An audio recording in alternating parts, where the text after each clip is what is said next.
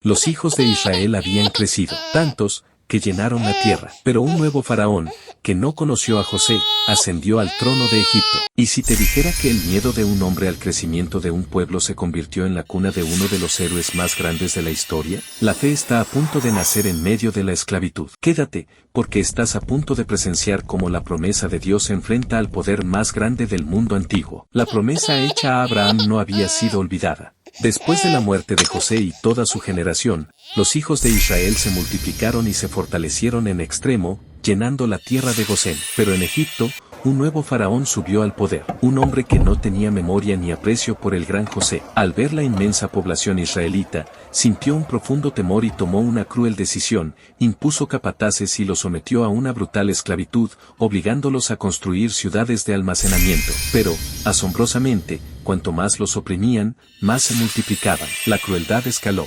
El faraón ordenó a las parteras Cifra y Púa que, si asistían a una mujer hebrea y nacía un varón, lo mataran. Pero estas mujeres temieron a Dios y no obedecieron la orden real. Por su obediencia, Dios las prosperó. Finalmente, el faraón emitió la orden más terrible a todo su pueblo: a todo niño varón que nazca de los hebreos, echadlo al río Nilo, pero a toda niña, dejadla con vida. En medio del terror y la muerte, un acto de amor desesperado. Una madre que se niega a la oscuridad, que se atreve a desafiar al faraón. ¿Qué harías si la vida de tu hijo pendiera de un hilo, y la única esperanza fuera el mismo río que se convirtió en tumba para otros? La historia de un rescate milagroso y el destino de un bebé que cambiará el mundo. No te lo pierdas. Mientras la sombra de la muerte cubría a los niños varones hebreos, un hombre y una mujer levitas concibieron un hijo. Al ver que el bebé era hermoso, su madre, Jocabe, lo ocultó durante 3 meses, desafiando el edicto del faraón. Pero ya no pudo esconderlo más. Con un corazón destrozado pero lleno de ingenio y fe,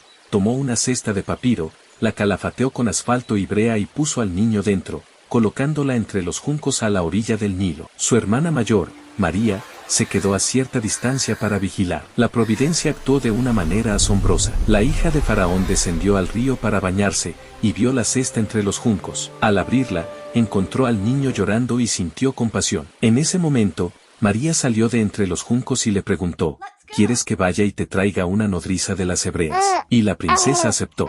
Así, la madre biológica tomó al niño y lo crió con salario. Cuando el niño creció, ella lo llevó a la hija de Faraón, quien lo adoptó y le puso por nombre Moisés, diciendo: porque de las aguas lo saqué. Moisés huyó de Egipto, de la realeza, del poder que lo crió. Ahora es un pastor en el desierto, un hombre olvidado. Pero Dios nunca olvida. ¿Qué ocurre cuando el Dios del universo decide revelarse no en un templo, sino en una zarza ardiente que no se consume? Estás a punto de presenciar la manifestación más espectacular de la presencia de Dios y el llamado que lo cambió todo. Escucha la voz que arde. Moisés, después de huir de Faraón y casarse con Séfora, pastoreaba las ovejas de su suegro, Jetro, en el desierto.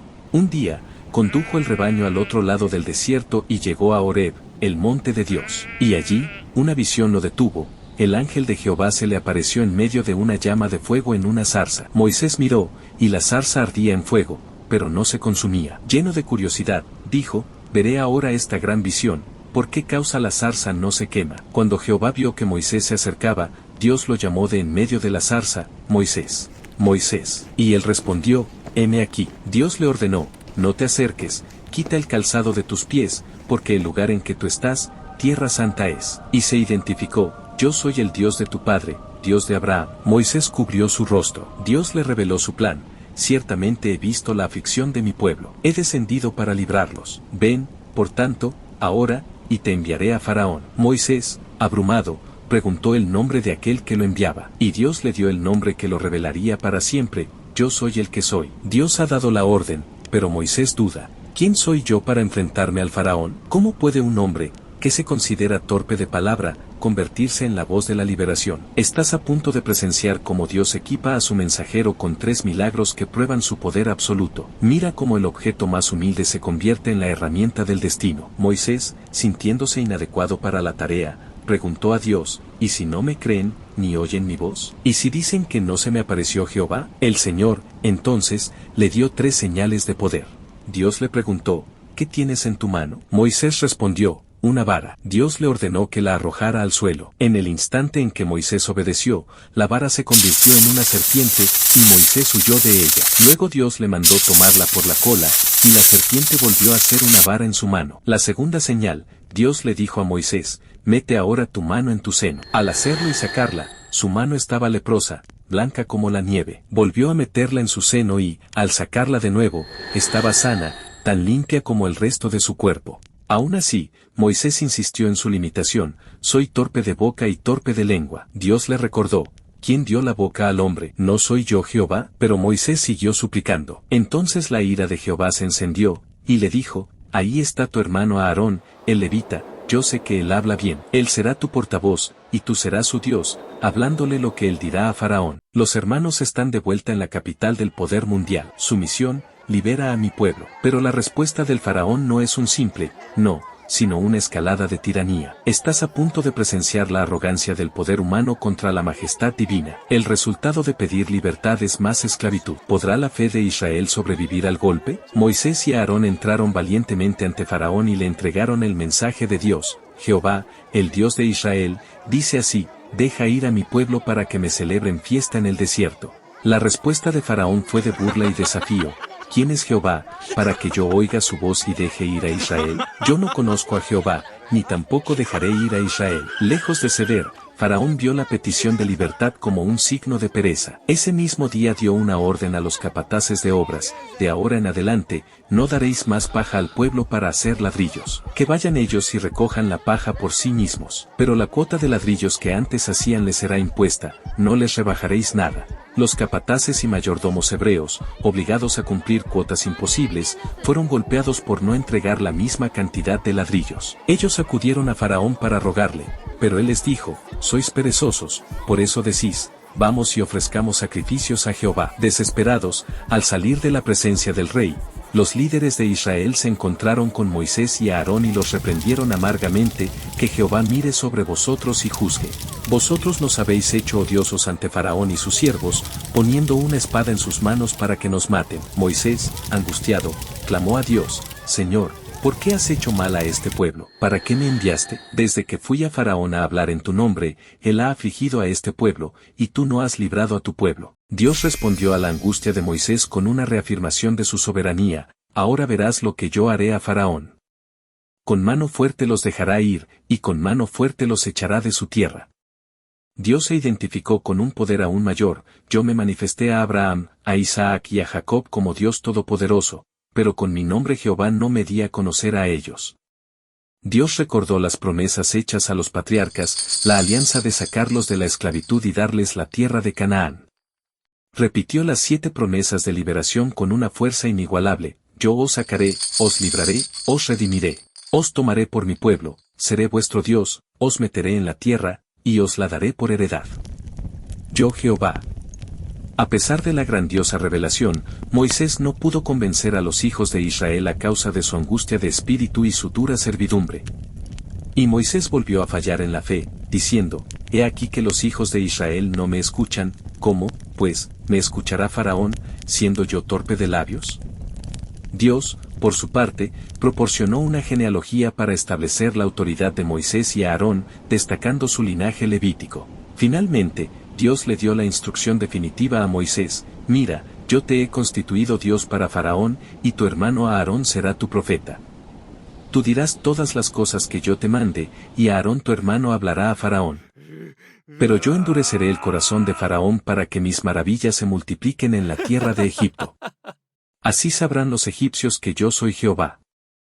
La batalla por la libertad comienza, no con ejércitos, sino con una demostración de poder que golpea el corazón de la civilización egipcia, el Nilo. Estás a punto de presenciar cómo la fuente de su vida se convierte en la fuente de su juicio. El río de los dioses se tiñe de rojo. Este es el primer acto del terror divino. Antes de las plagas, Moisés y Aarón demostraron un milagro. Aarón arrojó su vara ante Faraón y se convirtió en una serpiente. Los magos egipcios, con sus encantamientos, hicieron lo mismo, pero la vara de Aarón se tragó a las varas de ellos. A pesar de esto, Faraón se obstinó. Dios dio la primera señal de juicio. Al séptimo día de la liberación fallida, Dios le ordenó a Aarón: extiende tu mano con tu vara sobre las aguas de Egipto, sobre sus ríos, sobre sus arroyos y estanques. Aarón golpeó las aguas del Nilo delante de Faraón y sus siervos. En un instante catastrófico, todas las aguas del Nilo se convirtieron en sangre. Los peces murieron y el río apestó, de modo que los egipcios no podían beber de él. La sangre se extendió a todos los vasos de madera y de piedra en toda la tierra de Egipto. Sin embargo, los magos de Egipto hicieron lo mismo con sus artes secretas, convirtiendo un poco de agua en sangre. Y Faraón, creyendo que el poder de Moisés no era único, endureció aún más su corazón y no los escuchó. El pueblo egipcio cavó pozos alrededor del Nilo para encontrar agua potable, y el juicio duró 7 días. La arrogancia del faraón desata el caos biológico. Millones de ranas invaden el palacio y el lecho real. Pero el verdadero terror llega con la plaga que los magos de Egipto no pueden imitar. Estás a punto de presenciar la línea divisoria entre la magia humana y el dedo de Dios. Cuando la plaga más pequeña demuestra ser la más poderosa.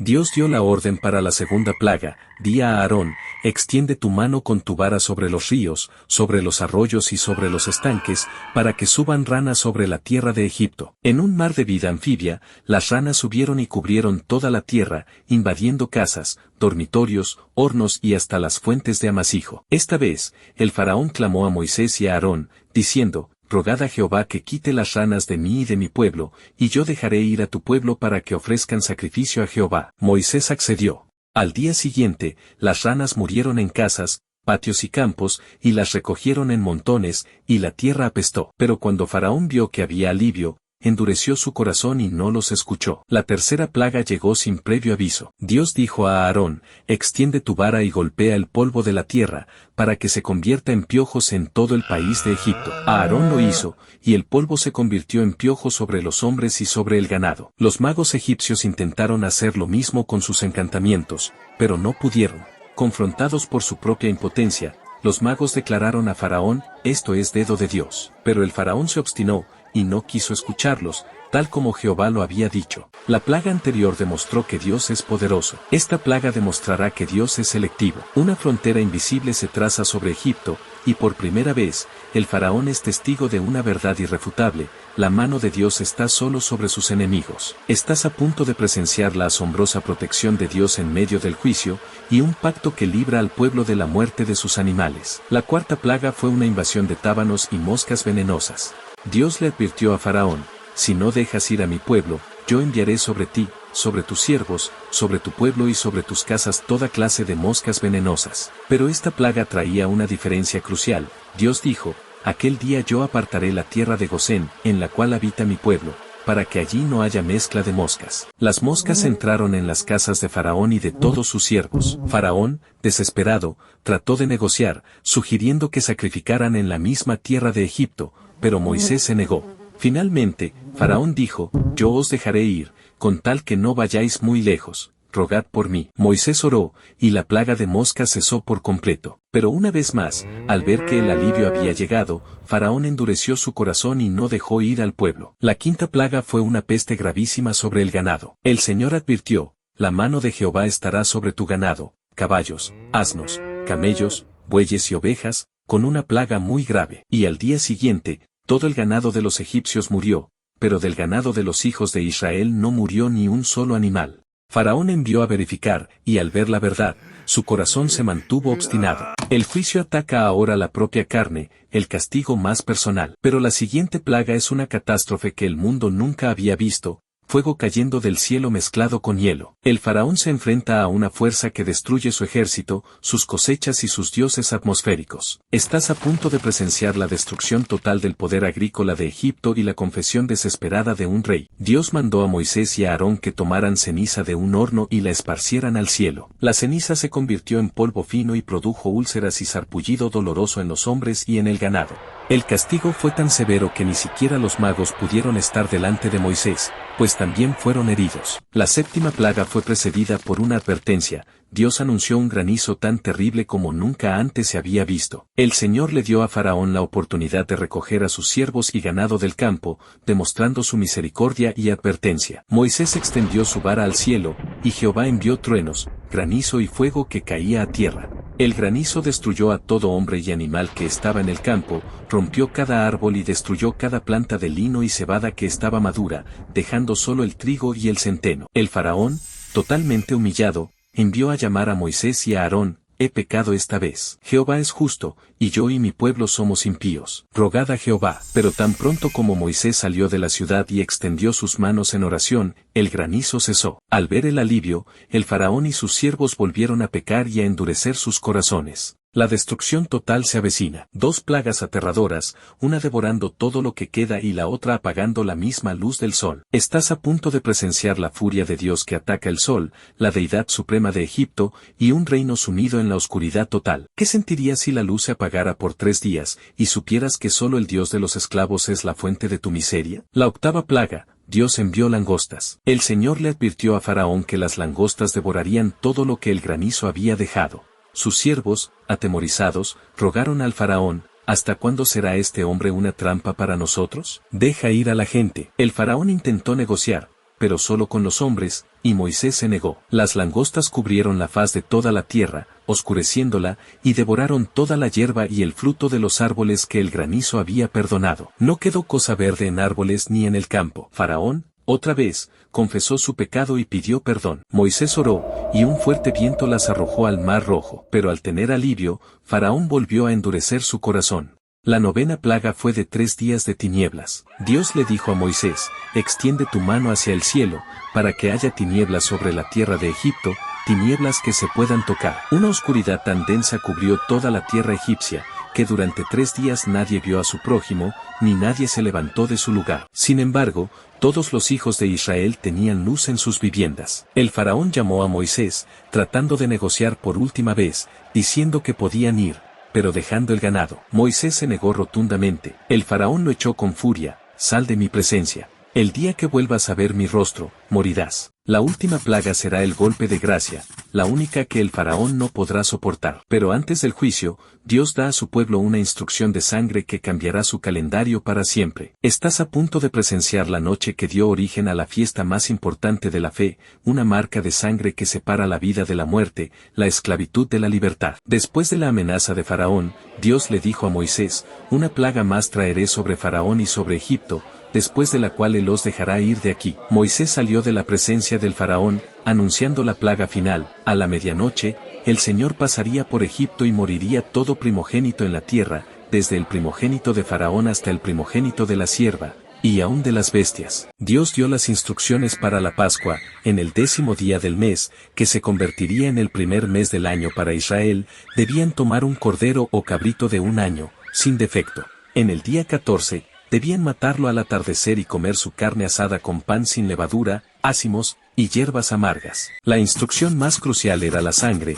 Debían tomar de la sangre del cordero y ponerla en los 2 postes y en el dintel de las puertas de sus casas. Yo pasaré aquella noche por la tierra de Egipto, dijo el Señor, y heriré a todo primogénito. Y la sangre os será por señal en las casas donde vosotros estéis, y veré la sangre y pasaré de largo ante vosotros. Los hijos de Israel fueron y lo hicieron tal como Jehová había mandado. La promesa se cumple con un grito de muerte que rasga la medianoche de Egipto. El juicio es ejecutado, y ni el hijo del faraón se salva. Estás a punto de presenciar la noche de terror más grande de la historia, el momento en que la sangre del cordero demuestra su poder. El sueño de libertad se convierte en una carrera desesperada hacia la salida. A la medianoche, Jehová hirió a todo primogénito en la tierra de Egipto, desde el primogénito del faraón que se sentaba sobre su trono, hasta el primogénito del cautivo que estaba en la cárcel, y a todo primogénito de los animales. El faraón se levantó de noche, él y todos sus siervos, y todos los egipcios. Hubo un gran clamor en Egipto,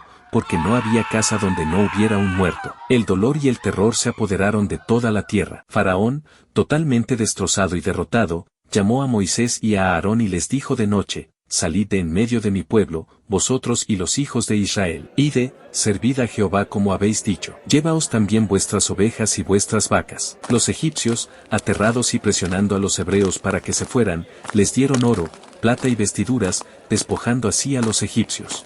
Los hijos de Israel partieron apurados, con su masa sin leudar en sus artesas, y salieron de Ramsés unos 600.000 hombres de a pie, sin contar los niños. 430 años después, la promesa de Dios se cumplía. Los esclavos son libres, Pero ¿cómo encuentra su camino una nación sin mapas en un desierto hostil? Dios mismo asume el rol de guía y protector. Estás a punto de presenciar la manifestación física y sobrenatural que marcó la senda del pueblo. De día, una nube, de noche, fuego. El GPS divino nunca se apaga. Una vez que salieron, Dios estableció una ley para que el pueblo recordara siempre la redención, la consagración de todo primogénito varón y de toda primera cría de animal. Esto serviría como señal en sus manos y como recordatorio de que Dios los sacó de Egipto con mano fuerte. Dios guió al pueblo no por el camino de la tierra de los filisteos, que era el más corto, porque dijo, no sea que el pueblo se arrepienta cuando vea la guerra y se vuelva a Egipto. En su sabiduría, Dios eligió el camino del desierto del Mar Rojo. Moisés se llevó consigo los huesos de José,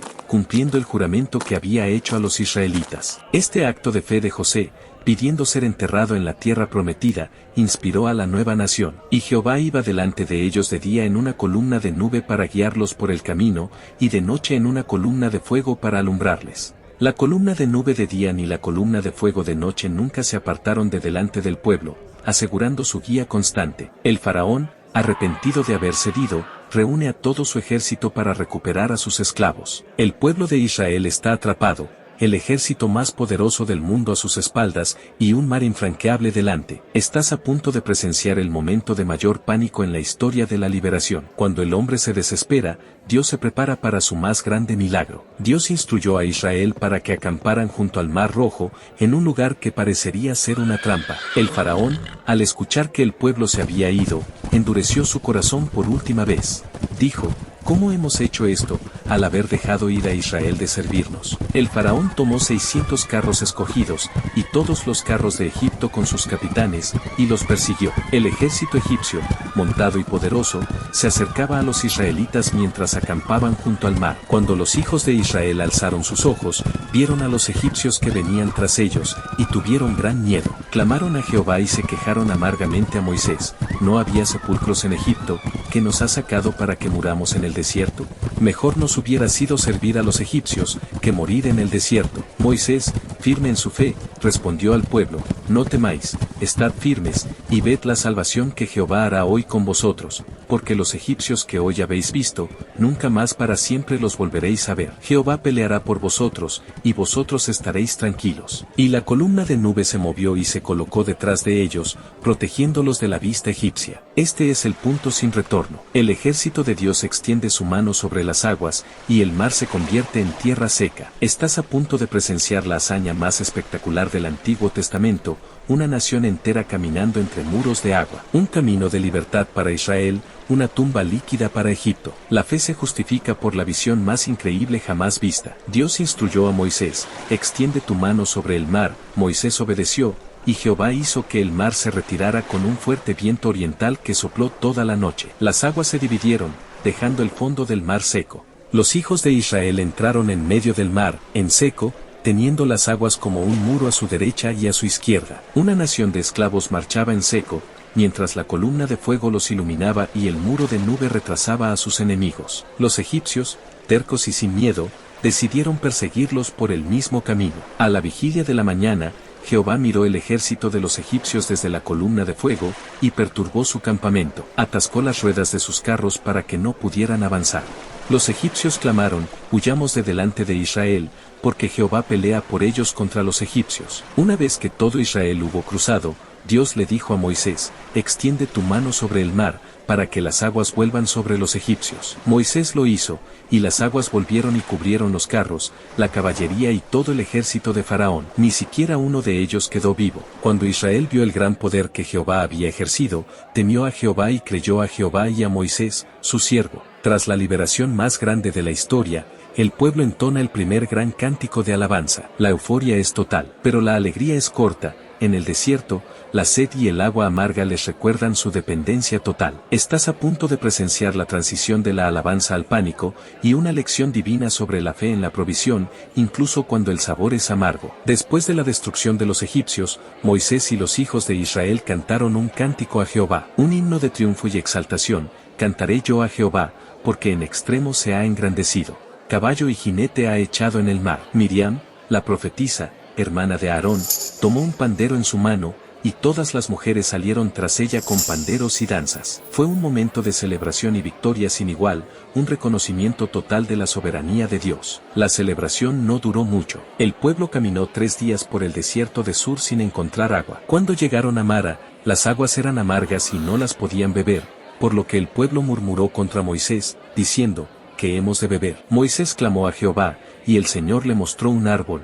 Al echar el árbol en las aguas, éstas se endulzaron. Allí Dios les dio un estatuto y una ordenanza, probándolos y diciendo, si oyeres atentamente la voz de Jehová tu Dios, y dieres oído a sus mandamientos, ninguna enfermedad de las que envié a los egipcios te enviaré, porque yo soy Jehová tu sanador. Los israelitas tienen agua, pero ahora el hambre amenaza. En lugar de confiar, el pueblo se queja y desea volver a la esclavitud. Pero el Señor no solo les da pan, les da el pan del cielo. Estás a punto de presenciar la provisión diaria de Dios que duró 40 años, y la aparición milagrosa de agua de la roca, la prueba definitiva de que no hay necesidad imposible para Eliosor.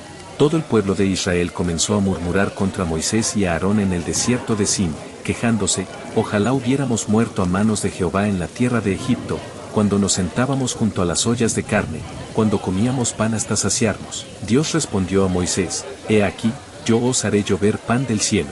El pueblo saldrá y recogerá cada día la porción de un día. Por la tarde, subieron codornices que cubrieron el campamento, y por la mañana, cuando el rocío se evaporó, había sobre la faz del desierto una cosa menuda, redonda, fina como escarcha, a la que llamaron maná. ¿Qué es esto? Después de un tiempo, el pueblo acampó en Refidim, y no había agua para beber. El pueblo contendió con Moisés y lo tentó, diciendo, ¿está Jehová entre nosotros, o no? Moisés, en su angustia, clamó a Dios por el peligro de ser apedreado. Dios le ordenó a Moisés que tomara su vara con la que golpeó el Nilo, y que golpeara la roca de Horeb, delante de los ancianos de Israel. Moisés lo hizo, y de la peña brotaron aguas que fluyeron en abundancia, y el pueblo bebió. Dios ha liberado a su pueblo, pero ahora necesita darle su ley. En el monte Sinaí, se sella el pacto fundacional con una teofanía que aterroriza a la nación. Estás a punto de presenciar la montaña ardiendo, envuelta en trueno y relámpago. La voz de Dios que establece los 10 mandamientos. El momento más sagrado y definitorio de la historia de Israel. Al tercer mes de la salida, el pueblo acampó frente al monte Sinaí. Dios prometió a Moisés que si obedecían su voz y guardaban su pacto, serían su especial tesoro. El pueblo respondió a una sola voz, haremos todo lo que Jehová ha dicho. Dios preparó el encuentro, ordenó que el pueblo se santificara, que no tocaran el monte, y que se pusieran límites. Al tercer día, por la mañana, vinieron truenos y relámpagos, y una espesa nube sobre el monte, y el sonido de la bocina, trompeta, fue fortísimo. Todo el monte Sinaí humeaba, porque Jehová había descendido sobre él en fuego. Y Dios habló desde el fuego a su pueblo, pronunciando los 10 mandamientos, yo soy Jehová tu Dios, que te saqué de la tierra de Egipto, de casa de servidumbre. Mandó no tener dioses ajenos, no hacer imágenes, no tomar su nombre en vano, guardar el día de reposo, honrar a los padres, no matar, no cometer adulterio, no hurtar, no dar falso testimonio y no codiciar. El pueblo, aterrado por los truenos y el fuego, se mantuvo lejos y le dijeron a Moisés, habla tú con nosotros, y nosotros oiremos, pero no hable Dios con nosotros, para que no muramos. Moisés entonces subió al monte para recibir el resto de la ley. Moisés sube a recibir la ley, pero el pueblo, impaciente, se hunde en la idolatría. El becerro de oro es el símbolo de la fragilidad humana. Estás a punto de presenciar la ira justiciera de Dios y el acto heroico de un intercesor. ¿Qué se necesita para que Dios perdone a una nación que ha traicionado el pacto a los 40 días? El clímax del Éxodo es la demostración del poder de la mediación. Cuando el pueblo vio que Moisés tardaba en descender del monte, se reunieron alrededor de Aarón y le dijeron, levántate, haznos dioses que vayan delante de nosotros. Aarón cedió. Recogió el oro de sus aros, lo fundió y lo modeló, haciendo un becerro de oro. El pueblo clamó, Israel, estos son tus dioses que te sacaron de la tierra de Egipto. Dios le dijo a Moisés, tu pueblo se ha corrompido, han roto el pacto. Déjame, que mi ira se encienda contra ellos y los consuma, y de ti yo haré una nación grande. Pero Moisés intercedió con pasión ante Jehová, apelando a su nombre y a las promesas hechas a Abraham, Isaac e Israel. Moisés descendió con las tablas de la ley y, al ver la orgía y el becerro, su ira se encendió. Arrojó las tablas al pie del monte, haciéndolas pedazos. Tomó el becerro, lo quemó, lo molió hasta hacerlo polvo, lo esparció en el agua y se lo dio a beber al pueblo. Luego ordenó la ejecución de los cabecillas. Moisés volvió a subir al monte y clamó por el perdón del pueblo. Jehová perdonó, renovó el pacto y volvió a escribir las palabras de la ley en 2 nuevas tablas. Moisés descendió, y su rostro resplandecía tanto por haber hablado con Dios que tuvo que ponerse un velo. Así, el libro de Éxodo termina con el pacto renovado, el pueblo perdonado y la ley establecida. Lo que acabas de ver es solo un resumen, porque lo más importante siempre será abrir la Biblia y conocer por ti mismo el poder transformador de la palabra de Dios. Este es apenas el inicio del gran viaje desde Génesis hasta Apocalipsis. Cada semana estaremos compartiendo un nuevo libro de la Biblia, contado de forma clara, visual y edificante, para que puedas comprender la historia del plan de Dios desde el principio. Si esta enseñanza bendijo tu vida, te invito a compartir este video para que más personas conozcan la palabra y reciban esperanza en su corazón. Síguenos en todas nuestras redes como Refugio de Fe 2025 y caminemos juntos en esta misión, llevar el mensaje de Cristo a cada hogar, a cada familia y a cada alma sedienta de verdad.